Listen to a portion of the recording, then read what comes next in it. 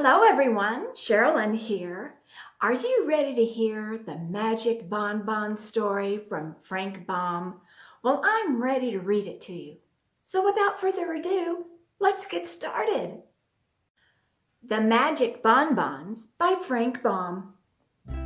There lived in Boston a wise and ancient chemist by the name of Dr. Dawes, who dabbled somewhat in magic. There also lived in Boston a young lady by the name of Clarabelle Suds, who was possessed of much money, little wit, and an intense desire to go upon the stage. So Clarabelle went to Dr. Dawes and said, "I can neither sing nor dance. I cannot recite verse nor play upon the piano. I am no acrobat, nor leaper, nor high kicker, yet I wish to go upon the stage. What shall I do?" "Are you willing to pay for such accomplishments?" asked the wise chemist. "Certainly," answered Clarabelle, jingling her purse. "Then come to me tomorrow at 2:00, said he. All that night he practiced what is known as chemical sorcery, so that when Clarabelle Suds came the next day at 2:00, he showed her a small box filled with compounds that closely resembled French bonbons. "This is a progressive age," said the old man, "and I flatter myself your Uncle Dawes keeps right along with the procession. Now, one of your old-fashioned sorcerers would have made you some nasty, bitter pills to swallow. But I have consulted your taste and convenience. Here are some magic bonbons. If you eat this one with the lavender color, you can dance thereafter as lightly and gracefully as if you had been trained a lifetime. After you consume the pink confection, you will sing like a nightingale." He did not sing like a nightingale. He sounded like a crow. "Eating the white one will enable you to become the finest elocutionist in the land. The chocolate piece will charm you into playing the piano better than Rubinstein, while after eating the lemon yellow bonbon, you can easily kick 6 feet above your head." "How delightful!" exclaimed Clarabelle, who was truly enraptured. "You are certainly a most clever sorcerer as well as a considerate compounder." And she held out her hand for the box. "Ahem," said the wise one. "A check, please." "Oh, yes, to be sure. How stupid of me to forget it," she returned. He considerately retained the box in his own hand while she signed a check for a large amount of money, after which he allowed her to hold the box herself. "Are you sure you have made them strong enough?" she inquired anxiously. "It usually takes a great deal to affect me." "My only fear," replied Dr. Dawes, "is that I have made them too strong, for this is the first time I have ever been called upon to prepare these wonderful confections." "Don't worry," Clarabelle said. "The stronger they act, the better I shall act myself."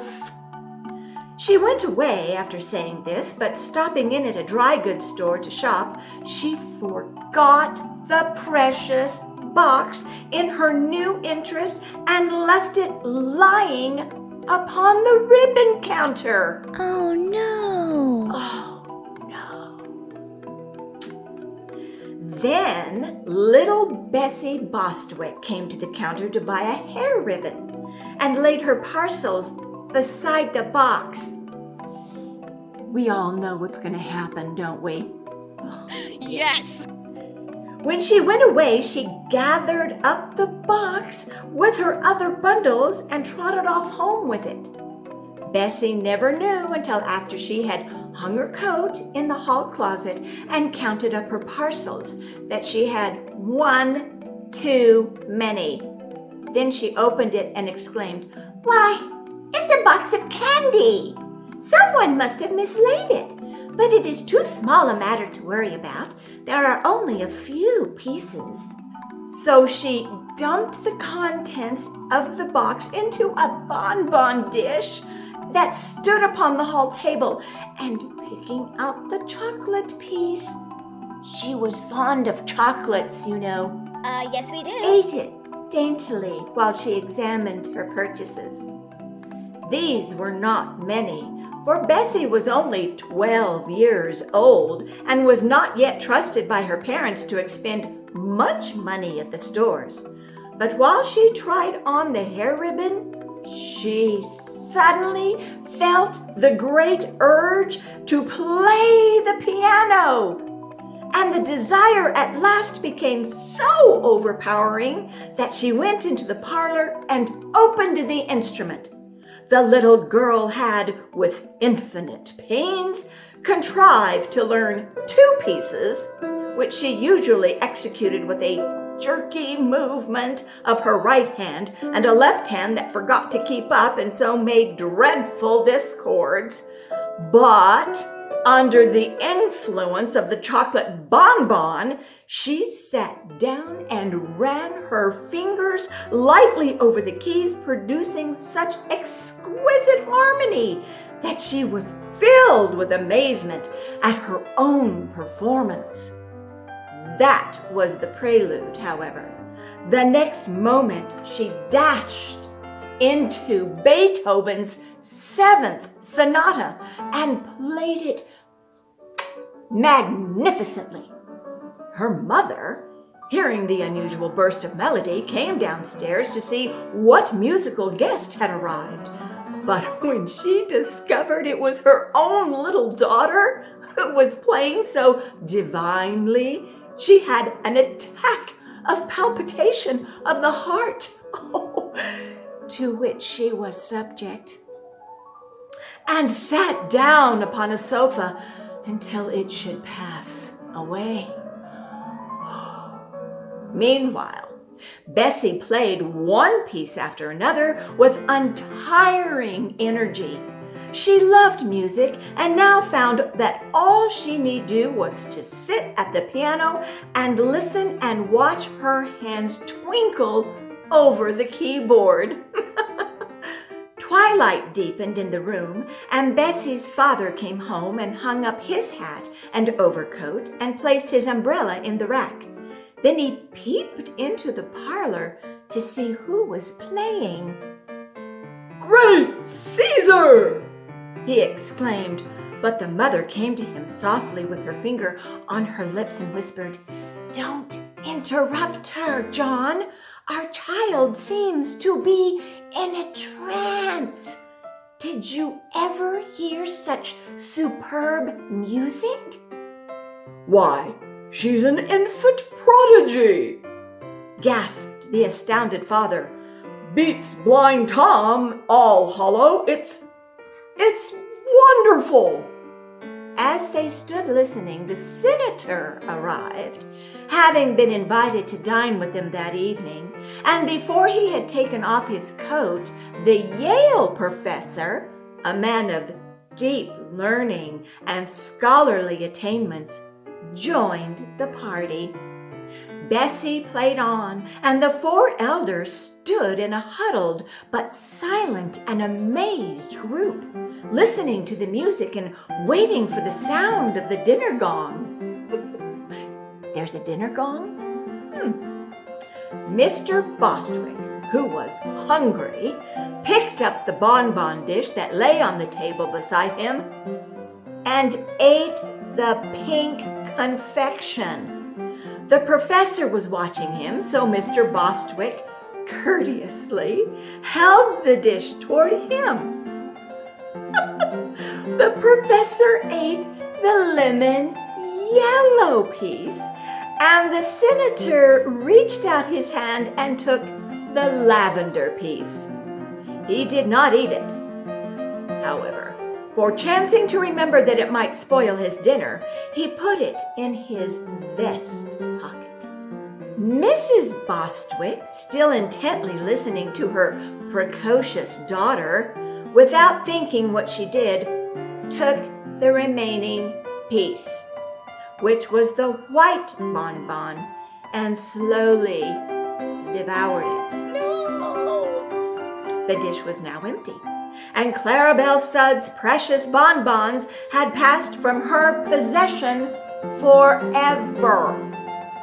Suddenly, Mr. Bostwick, who was a big man, began to sing in a shrill, tremolo soprano voice. It was not the same song Bessie was playing, and the discord was shocking that the professor smiled. The senator put his hands to his ears, and Mrs. Bostwick cried in a horrified voice, "William!" Her husband continued to sing, as if endeavoring to emulate the famous Christine Nilsson, and paid no attention whatever to his wife or his guests. Fortunately, the dinner gong now sounded, and Mrs. Bostwick dragged Bessie from the piano and ushered her guests into the dining room.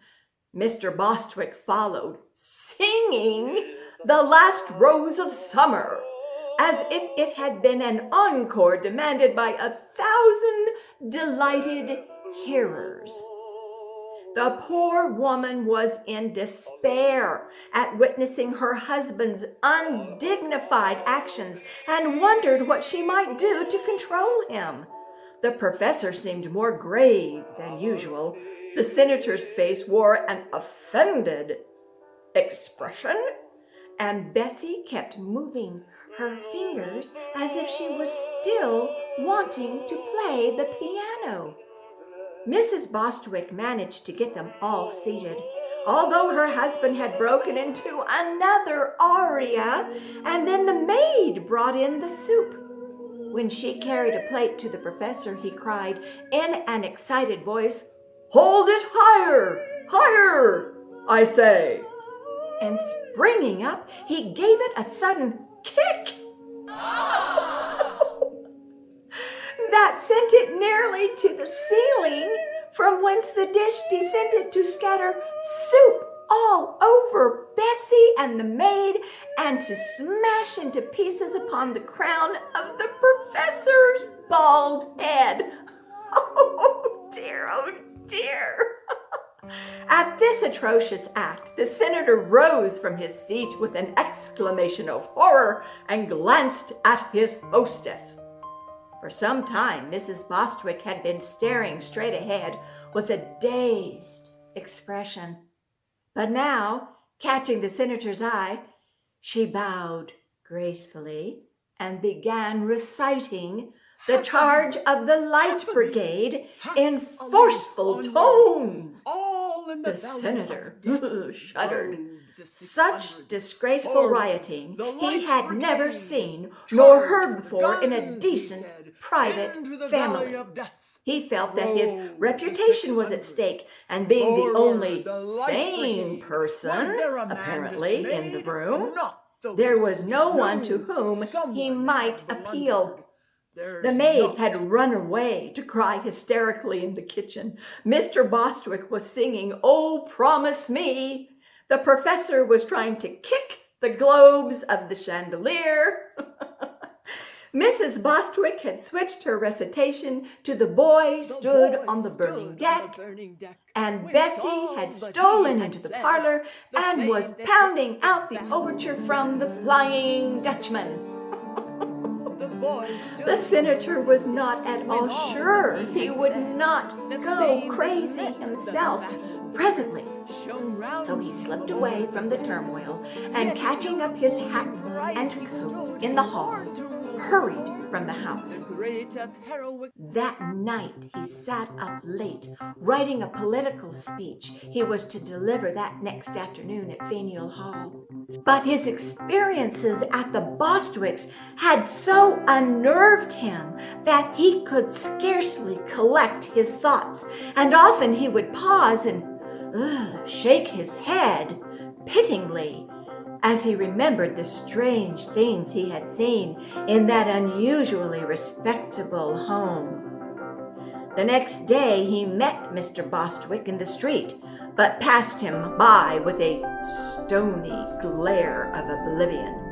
He felt he really could not afford to know this gentleman in the future. Mr. Bostwick was naturally indignant at the snub, yet in his mind lingered a faint memory of some quite unusual occurrences at his dinner party the evening before, and he hardly knew whether he dared resent the senator's treatment or not. The political meeting was the feature of the day, for the senator's eloquence was well known in Boston. So the big hall was crowded with people, and in one of the front rows sat the Bostwick family, with the learned Yale professor beside them. They all looked tired and pale, as if they had passed a rather dissipated evening. And the senator was rendered so nervous by seeing them that he refused to look in their direction a second time. While the mayor was introducing him, the great man sat fidgeting in his chair, and happening to put his thumb and finger into his vest pocket, he found the lavender-colored bonbon he had placed there the evening before. "This may clear my throat," thought the senator, and slipped the bonbon into his mouth. Not again. A few minutes afterwards, he arose before the vast audience, which greeted him with enthusiastic applause. "My friends," began the senator in a grave voice, "this is a most impressive and important occasion." Then he paused, balanced himself upon his left foot, and kicked his right leg into the air in the way favored by ballet dancers. There was a hum of amazement and horror from the spectators, but the senator appeared not to notice it. He whirled around upon the tips of his toes, kicked right and left in a graceful manner, and startled a bald-headed man in the front row by casting a languishing glance in his direction. Suddenly, Clarabelle Sudds, who happened to be present, uttered a scream and sprang to her feet. Pointing an accusing finger at the dancing senator, she cried in a loud voice, "That's the man who stole my bonbons! Seize him! Arrest him! Don't let him escape!" But the ushers rushed her out of the hall, thinking she had gone suddenly insane, and the senator's friends seized him firmly and carried him off the stage entrance to the street, where they put him into an open carriage and instructed the driver to take him home. The effect of the magic bonbon was still powerful enough to control the poor senator, who stood upon the rear seat of the carriage and danced energetically all the way home, to the delight of the crowd of small boys who followed the carriage, and the grief of the sober-minded citizens who shook their heads sadly and whispered, another man has gone wrong. It took the senator several months to recover from the shame and humiliation of this escapade. And curiously enough, he never had the slightest idea what had induced him to act in so extraordinary a manner. Perhaps it was fortunate the last bonbon had now been eaten, for they might easily have caused considerably more trouble than they did. Of course, Clarabelle went again to the wise chemist and signed a check for another box of magic bonbons, but she must have taken better care of these, for she is now a famous vaudeville actress. This story should teach us the folly of condemning others for actions that we do not understand, for we never know what may happen to ourselves. It may also serve as a hint to be careful about leaving parcels in public places, and incidentally, to let other people's packages severely alone. The end. Well, that was delightful. Very energetic, with dancing and singing and piano playing and reciting wonderful orations. I hope you enjoyed this story by Frank Baum, The Magic Bonbons. Ooh, don't we wish we had bonbons that could actually do that for us? Ooh, we would really have to take care of them properly, wouldn't we, if that were the case? Give me a moment, and I shall tell you the next story, which is the last story that I'm going to be reading in this series. Hold tight. And the last story is going to be, if I can open this silly little paper.